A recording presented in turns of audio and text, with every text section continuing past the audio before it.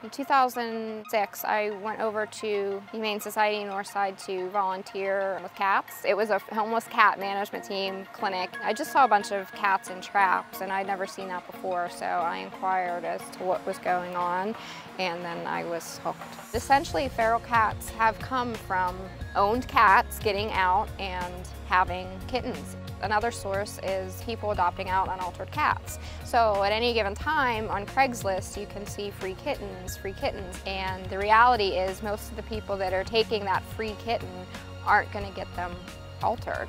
Typically, a lot of the calls we get are, hey, I'm feeding, such and such amount of cats and I need help. But by the time they're calling us, they've probably got more than 1 or 2 cats. There's definitely a lot of misconceptions. We're dealing with people sometimes that are just putting out food and not understanding that they need to do the extra legwork to make sure the population doesn't grow. Our goal is to educate them on how to provide shelter for the winter, since we do live in Pittsburgh, and how to TNR, or do the trap, neuter, release. When we started, the caretakers would bring the cats themselves. So if Betty is trapping 1 or 2 cats at a time in her colony of 20, the cats are going to reproduce faster than she's going to be able to trap them. So what we decided that we need to do is go out and get all of these cats at once, get all 20 cats. And the way we can do that is with the volunteers to go out and trap ourselves and do the transporting. And that was one of the goals that Homeless Cat Management Team wanted to move toward. A truly feral cat, it really isn't going to let you approach it anyway.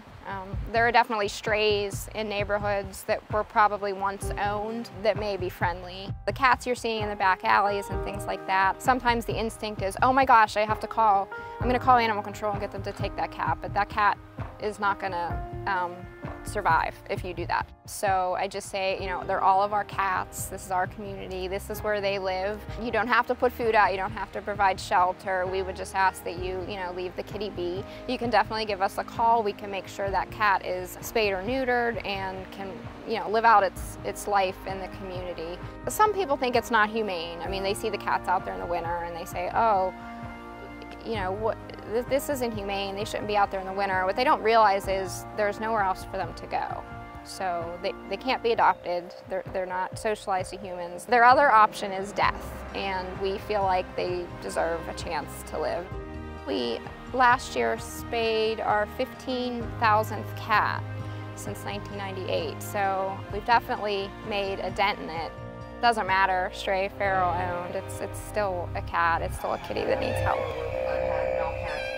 Frankie's Friends arose because of a need to place some very special cats that we rescued from a cruelty case, the Tiger Ranch, that made international news. I took care of all of those cats' health needs and directed the care of hundreds of cats, first time in my life.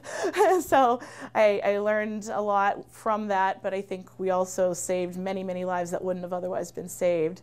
At first, when you're a private practice veterinarian, you don't have the efficiency of a high-volume spay-neuter vet. Now we can do cat spays in 3 to 4 minutes, cat neuter in 30 seconds or under, and we can help a lot more cats that way. We are pretty much all volunteer, but we're very fortunate. We have a handful of very, very dedicated people. The building wasn't the first thing we had no money. So we decided that why do bake sales when you have skills? And we started to do low-cost spay-neuters.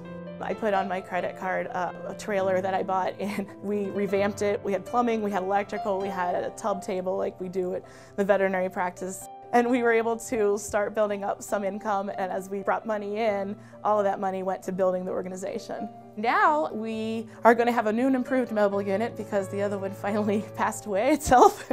We will have our new unit going to places all over within about an hour, 15-minute drive. We have groups that are in severe need of these services, the low-cost spay-neuter services. Individuals in the areas can't afford these things, and there are no other options for them. So we go to them, they organize these clinics, they'll bring in 50 cats or so, sometimes up to 60. We try to keep it around 50 cats.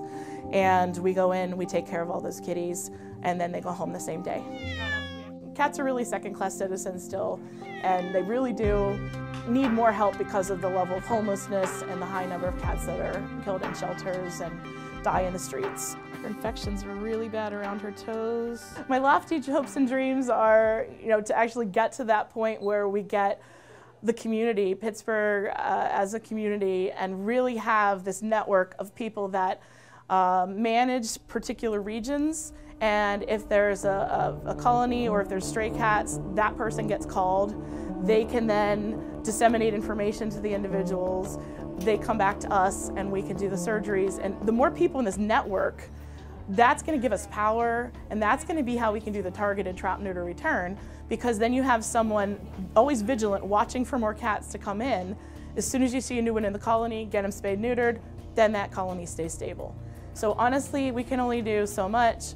We really give great kudos to those people that are out in the field doing the trapping and bringing the cats in and doing this work day in, day out. We couldn't do it without them. And our mission is turning off the faucet. We have too many cats, there's no room in the shelters. Every day adult healthy cats die, and that is something that we're trying to tackle from the level of let's keep them from reproducing so there aren't so many homeless cats.